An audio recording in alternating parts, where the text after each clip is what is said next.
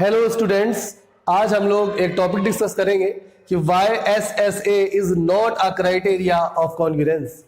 Congruent figures हम लोग जानते ही हैं कि ऐसे फिगर जिनके शेप और साइज एक जैसे हो उनको हम लोग कॉन्ग्रुएंट फिगर्स कहते हैं। जैसे for example, two circles are said to be congruent if they have same radii, two squares are said to be congruent if they have same side. अगर हम लोग बात करेंगे ट्राइंगल्स के बारे में कि दो ट्राइंगल जो है वो कॉन्ग्रुएंट कब कब होंगे, तो उसके लिए कुछ क्राइटेरियाज हैं जो हम लोगों ने पढ़े हैं, और उन्हीं क्राइटेरिया में एक क्राइटेरिया साइड एंगल साइड है, जिसमें एंगल इंक्लूडेड रहता है दो साइड्स के बीच में। तो कभी शायद हमारे मन में आया हो कि SSA कोई क्राइटेरिया क्यों नहीं बन सकता, इसके बारे में, इस टॉपिक के बारे में आज डिस्कशन करेंगे। बाकी जो कॉन्ग्रुएंसी के क्राइटेरियाज है उनको हम रिवाइज करा देते हैं आपको। फर्स्ट क्राइटेरिया था SSS, if all the three sides of a triangle are respectively equal to three sides of another triangle, then two triangles are said to be congruent. उसी सेम वे में SAS second criteria था, फिर AS या इसका दूसरा variant भी हो सकता है ASA, इसको किसी भी तरह से लिख सकते हैं, फर्क नहीं पड़ता। फिर RHS राइट हाइपोटेन्यूज साइड, इन सब के बारे में हम लोग पढ़ चुके हैं। आज जो हम लोग पढ़ेंगे वो इसके बारे में कि अगर यहाँ पे साइड एंगल साइड है तो क्या कोई क्राइटेरिया SSA हो सकता है क्या, या ASS हो सकता है क्या, इसके बारे में आज हम लोग डिस्कस करेंगे। और ये नहीं हो सकता तो इसको समझेंगे जरा इस पे कि क्यों ये नहीं, ऐसा नहीं होता।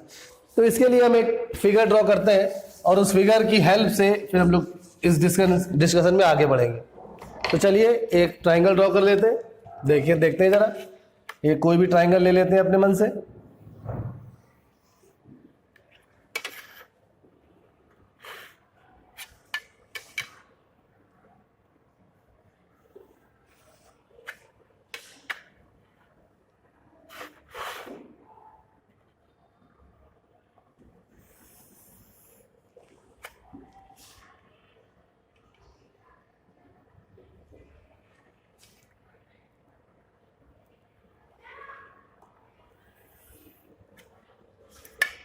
एक जैसे ट्राइंगल हम लोगों ने ये ले लिया है, ठीक। अब फॉर एग्जांपल ये ट्राइंगल है कोई ABC, इसमें से मान लीजिए एक एंगल गिवन है और दो साइडें गिवन है इसी ऑर्डर में, ASS या SSA लिख देते। तो फॉर एग्जांपल ये एंगल हमें गिवन है, ये साइड गिवन है और एक ये साइड गिवन है।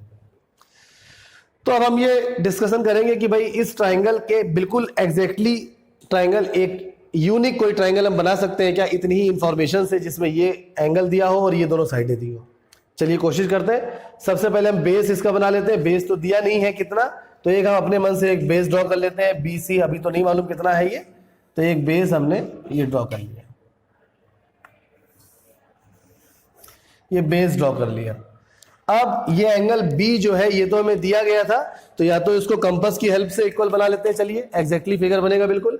और किसी एंगल के इक्वल एंगल बनाना भी हमें आता है, तो B को सेंटर लिया और किसी भी रेडियस की एक आर्क लगा दी। अब की बार सेंटर चेंज नहीं किया, इस पॉइंट को सेंटर लिया और एक सेम आर्क लगा दी, और उसके बाद इस आर्क को मेजर कर लिया।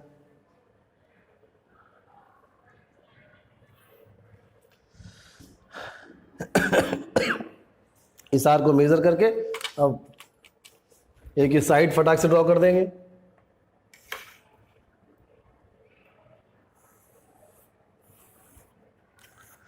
तो बच्चों ये एंगल B के इक्वल, मान लीजिए इसको हम B डैश ले लेते हैं। ये B डैश एंगल B के इक्वल बन गया है। ये साइड BA भी गिवन थी हमें, तो BA को भी फटाक से मेजर कर लेते हैं कितनी थी, और उतना ही इसमें भी मार्क कर लेते हैं। चलिए स्केल से ही कर लेना है कंपास के अलावा। ये है 11.4 लगभग, तो इसमें 11.4 मार्क कर लेते हैं। तो ये पॉइंट हमें मिल गया है ये, तो ये पॉइंट मिल गया हमें A। अब बच्चों ये जो साइड AC है ये भी हमें गिवन है, ये तो A dash B dash side AB के इक्वल हो गई। अब जो अगली साइड है AC, इसको इक्वल, इसको हम जरा कंपास में ले लेते हैं। कितनी डिस्टेंस है इसकी, ये है AC। अब हम क्या करते हैं बच्चों, A डैश से A डैश को सेंटर लिया और हमने जो बेस था इस पे एक आर्क मार दी। जब ये जो एक आर्क लगाई है तो ये आर्क बेस को जिस पॉइंट पे इंटरसेक्ट कर रही है उसको नाम हमने दे दिया बेटा सी डैश। और जब हम अब ए डैश और सी डैश को ज्वाइन करेंगे तो ये जो ट्राइंगल बनेगा A dash B dash C dash, ये एग्जैक्टली सेम होगा ए बी सी के। यहां पर हमने क्योंकि मार्क करके एक्चुअली बनाया है, तो आप देखिए बी डैश एंगल बी के इक्वल है, A B A dash B dash के इक्वल है, और A C A dash C dash के इक्वल है।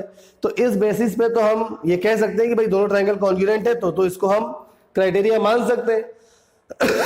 मगर एक चीज हम और अभी यहाँ पे चेक करेंगे, क्या इसके अलावा और कोई ट्राइंगल तो नहीं बन सकता इतनी ही इंफॉर्मेशन से? मतलब अगर दोनों ट्राइंगल कॉन्ग्रुएंट है तो ये यूनिक होने चाहिए ट्राइंगल, इसके अलावा दूसरा नहीं बनना चाहिए। अब चेक करते हैं जरा। अभी हमने कंपास को नहीं छेड़ा है, इसमें उतनी ही रेडियस है जितनी थी। अब हमने ए डैश को सेंटर लिया फिर से, और रेडियस देखिए बेटा वही है, और एक और आर्क लगा ली। ये देखिए एक और आर्क इस जगह से आपको दिख रही होगी, ये हाथ हटा देते हैं, यहाँ पे ये इस जगह पे ये टच कर रही है आर्क। इसका मतलब है कि एक पॉइंट हमें तो और मिल गया बेटा। ये पॉइंट मान लीजिए हम ई कर दे रहे हैं, और ई से अगर हम एक डैश को ज्वाइन कर दे रहे हैं तो ई ए डैश से हमने ई को बेटा ज्वाइन कर दिया। अब देखिए ये साइड और ये साइड तो बराबर ही है। अब अगर हम कंपेयर करें ट्राइंगल ए बी सी और triangle A dash B dash E को, तो एंगल बी डैश के इक्वल है, ये तो एंगल बनाया ही था इक्वल। फिर A B A dash B dash के इक्वल है, और ए सी ए डैश ई के इक्वल है। मगर अगर हम इतने पोर्शन को हाइड कर ले, छुपा ले, तो क्या ये वाला ट्राइंगल इसको ओवरलैप कर पाएगा? नहीं, ये तो दोनों डिफरेंट ट्राइंगल्स है, बिल्कुल अलग अलग ट्राइंगल है। तो इस बेसिस पे बेटा हम कह सकते हैं कि ये जो क्राइटेरिया है ASS या SSA, ये यहाँ पे तो कंफ्यूजन हो गया, यहाँ पे दो फिगर बन गए। एक बार में तो बन रहा था सही फिगर, मगर अब ये दूसरी कंडीशन ली, इसमें तो कंट्राडिक्शन अराइज हो गया, विरोधाभास हो गया। तो हम इस बेसिस पे ये कह सकते हैं कि हमेशा ऐसा नहीं होता कि ASS क्राइटेरिया से एक यूनिक ट्राइंगल ही बने, इसीलिए इसको as a criteria of congruency consider बच्चों नहीं किया गया है। हमेशा ऐसा नहीं हो सकता कि ASS क्राइटेरिया में यूनिक ट्राइंगल ना बने। कभी कभी ऐसा भी हो सकता है कि ASS क्राइटेरिया से केवल एक यूनिक ट्राइंगल बने, मगर हमेशा ऐसा नहीं हो सकता। एक कंडीशन आपको बताते हैं जिसमें हो सकता है कि बिल्कुल एग्जैक्ट यूनिक ट्राइंगल बने। देखिए जरा एक और कंडीशन, ये बात तो यहां से आपको क्लियर हो गई है कि ASS एक क्राइटेरिया नहीं है कॉन्ग्रुएंसी का। चलिए अब हम एक जरा फिगर और बनाते हैं जिसमें कहीं से भी आपके मन में कोई कंफ्यूजन ना रहे बेटा। अब हमने एक ऑब्ट्यूज एंगल ट्राइंगल बनाया है। जैसे मान लीजिए ये ट्राइंगल है ABC। अब यहां पे भी मान लीजिए सारी वही चीजें दी गई हैं, एंगल B दिया गया है, AB साइड दी गई है और AC दी गई है। अब हम एंगल B, साइड AB और साइड AC को लेके क्या कोई दूसरा ट्राइंगल बना सकते हैं क्या? देखते हैं। बेस BC नहीं दिया गया तो पहले हम कोई भी बेस अपने मन से बना लेते हैं। ये बेस हमने ड्रॉ कर लिया बेटा। अब एंगल B तो पता है हमें कितना है, तो इसको फटाक से मेजर करके एंगल B ड्रॉ कर लेते हैं।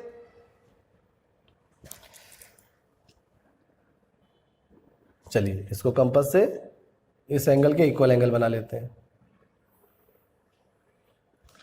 यहां पर इसको सेंटर लिया इस पॉइंट को,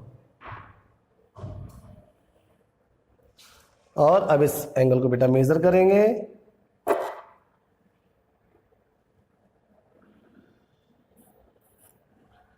इस पॉइंट को सेंटर लेंगे, इसको मेजर करेंगे। ये अब एक ट्रायंगल ड्रॉ करने की कोशिश करते हैं बेटा।